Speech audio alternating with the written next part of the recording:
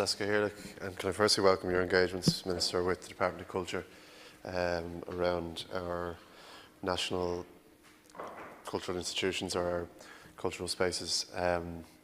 Obviously, the Project 2040 plan includes significant sums of money for the National Museum, National Archives, National Concert Hall, and the National Library as well, so places that are repositories of our heritage. Can I commend Senator Humphreys for calling for this debate, pushing for this debate? I think it cuts the realities for those who live in apartments.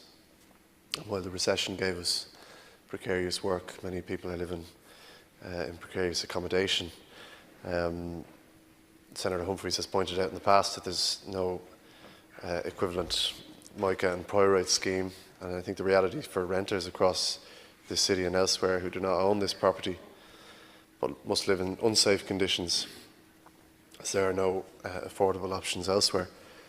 And every few weeks we see in the media stories about overcrowded dorm rooms laden with multiple bunk beds and a cut price from market rates. These properties are largely occupied by non-nationals, workers who come here to improve their standards of living.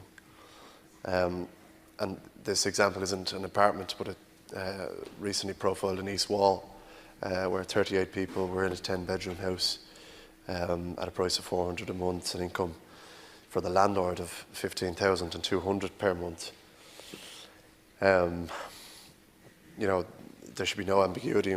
I've had a bill here around the advertisement of rental properties. These properties are not safe.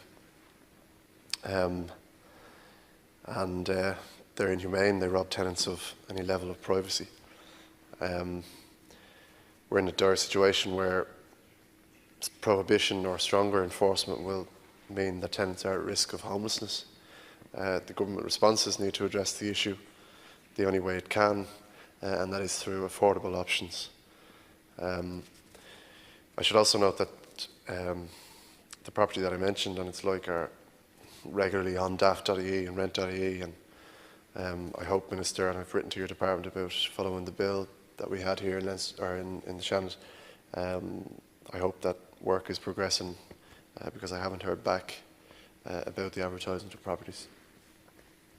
And then we should also consider those who bought homes and apartments from developers unaware of the fire safety. And if you're talking about a culture of compliance, like just seeing, I have some quotes here from developers who say we don't have a legal obligation in this matter.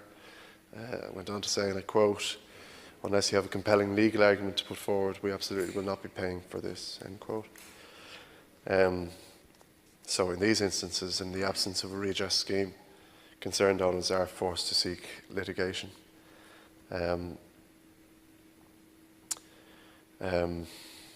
You stated a redress scheme could possibly leave the government open to an enormous open-ended liability on every other taxpayer in the state that the state simply could not meet. But in the absence of a redress scheme, how will the department respond so that owners of properties deemed unsafe are not forced to pay? Cheers. Are not forced to pay, or forced with any other option but a backlog of costly litigation, which at times can be as expensive as the repairs themselves. The Committee on Housing published Safest Housing, a report on building standards, building controls and consumer protection. And the committee unanimously agreed that homeowners living in Celtic Tiger properties with latent defects deserve a redress scheme to assist toward the cost of remedial work. Within that report, there's also the proposal for an agency around, like the Food Safety Authority or the Environmental Protection Agency. Minister English has indicated that it's not the department's intention, but I wonder why. And I think this agency could potentially vet the advertisement of unsafe and overcrowded rental properties as well. Thanks, Chair.